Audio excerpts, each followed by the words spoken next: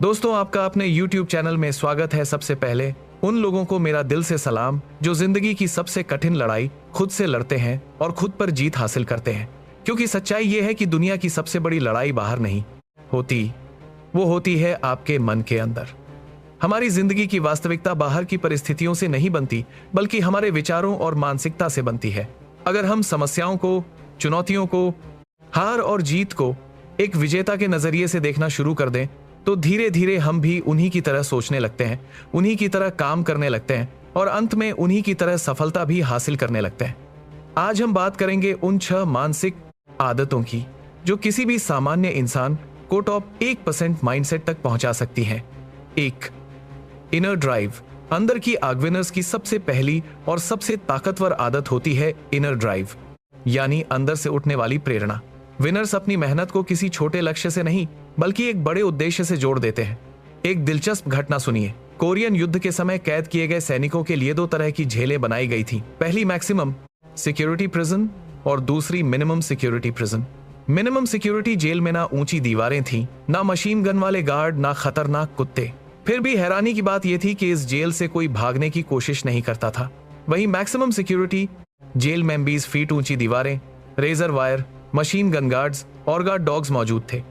भागने की कोशिश का मतलब था सीधी मौत, लेकिन फिर भी भागने की कोशिशें सबसे ज्यादा यहीं होती थी। ऐसा क्यों? क्योंकि मिनिमम सिक्योरिटी जेल में उन लोगों को रखा जाता था जिनके पास कोई उद्देश्य नहीं था, उनकी जिंदगी में कोई लक्ष्य नहीं था, कोई बड़ा सपना नहीं था। लेकिन मैक्सिमम सिक्योरिटी जेल में लीडर्स, ऑफिसर्स और मजबूत मानसिकता वाले लोग रखे जाते थे। ये लोग अपने उद्देश्य के लिए हर जोखिम उठाने को तैयार थे। इस कहानी से 2 बड़ी बातें समझ आती हैं। पहली, विजेता हमेशा किसी बड़े उद्देश्य से जुड़े होते हैं। दूसरी, बड़ा उद्देश्य अंदर से प्रेरणा पैदा करता है। जब अंदर की आग जलती है तो इंसान कठिन परिस्थितियों में भी रुक नहीं सकता। एक वास्तविक उदाहरण अब से में ऑल इंडिया रैंक 27 लाने वाले नंदलाल साईं किरण की कहानी। उनके परिवार के लोग बीड़ी बनाने का काम करते थे। दिन भर मेहनत, थकान, संघर्ष। साईं किरण को पढ़ने का समय मिलता था रात में या छुट्टी के दिन। कोई तालियां बजाने वाला नहीं था, कोई बाहरी मोटिवेशन नहीं था, लेकिन फिर भी वो पढ़ते रहे। क्यों?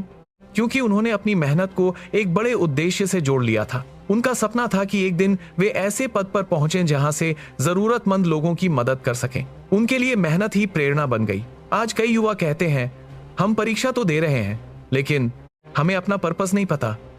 दोस्तों, यह सोच बंद करनी होगी। आपका उद्देश्य कोई दूसरा नहीं बताएगा। आपको खुद से पूछना होगा, मैं ये परीक्षा क्यों पास करना चाहता हूं? मैं ये बिजनेस क्यों बनाना चाहता हूं? मैं ये करियर क्यों चुनना चाहता हूं? प्रैक्टिकल टिप, आपको लंबा जवाब नहीं चाहिए। बस 2 लाइन लिखिए, मैं अपना लक्ष्य क्यों हासिल करना चाहता हूं, और एक और सवाल जोड़िए, मेरी सफलता से दूसरों को क्या फायदा होगा? जब लक्ष्य सिर्फ खुद तक सीमित नहीं रहता तो प्रेरणा कई गुना बढ़ जाती है। 2.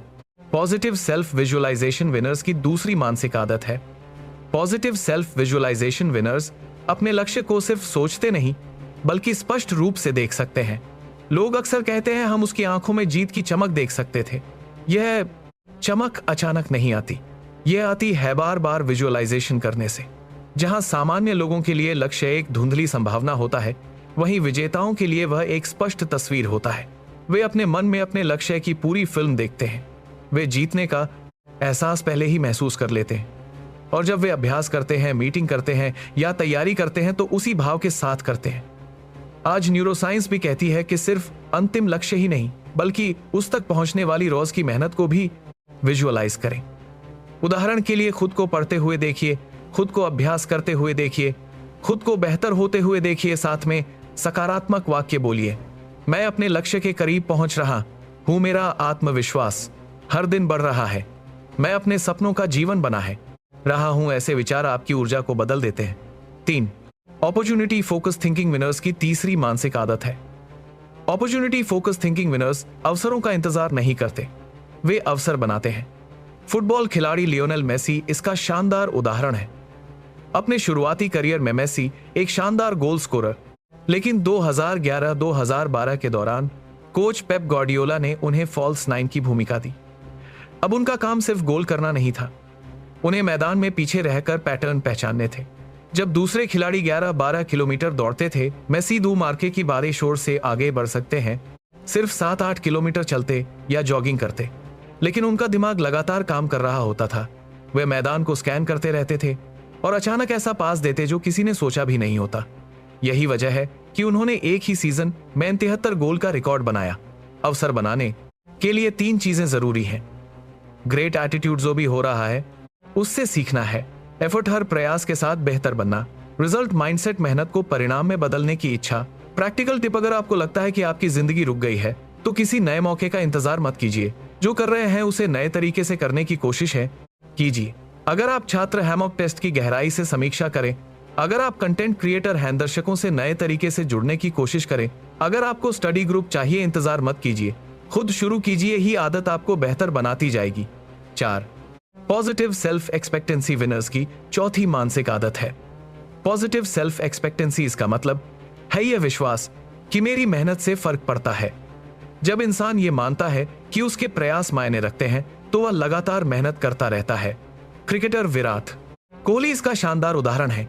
वो कहते हैं, अगर मेरी फिटनेस और मेहनत की वजह से मैच में सिर्फ एक अतिरिक्त कैच भी पकड़ सकूं या एक रन आउट कर सकूं तो मेरी मेहनत सफल है। लेकिन बहुत लोग कहते हैं, हम कोशिश तो करते हैं लेकिन कुछ होता नहीं। यही सोच कंसिस्टेंसी तोड़ देती है। प्रैक्टिकल टिप, अपनी छोटी छोटी आदतों को ट्रैक करें। रोज पढ़ाई कितनी हुई, रोज अभ्यास कितना हुआ, रोज प्रगति कितनी हुई। जब आप प्रगति देखते हैं तो विश्वास मजबूत होता है। 5, सेल्फ मास्टरी विनर्स की 5वीं मानसिक आदत है सेल्फ मास्टरी। अक्सर लोग असफल इसलिए नहीं होते क्योंकि उनके पास अवसर नहीं होते। वे इसलिए असफल होते हैं क्योंकि वे सेल्फ डाउट की जेल में कैद होते हैं।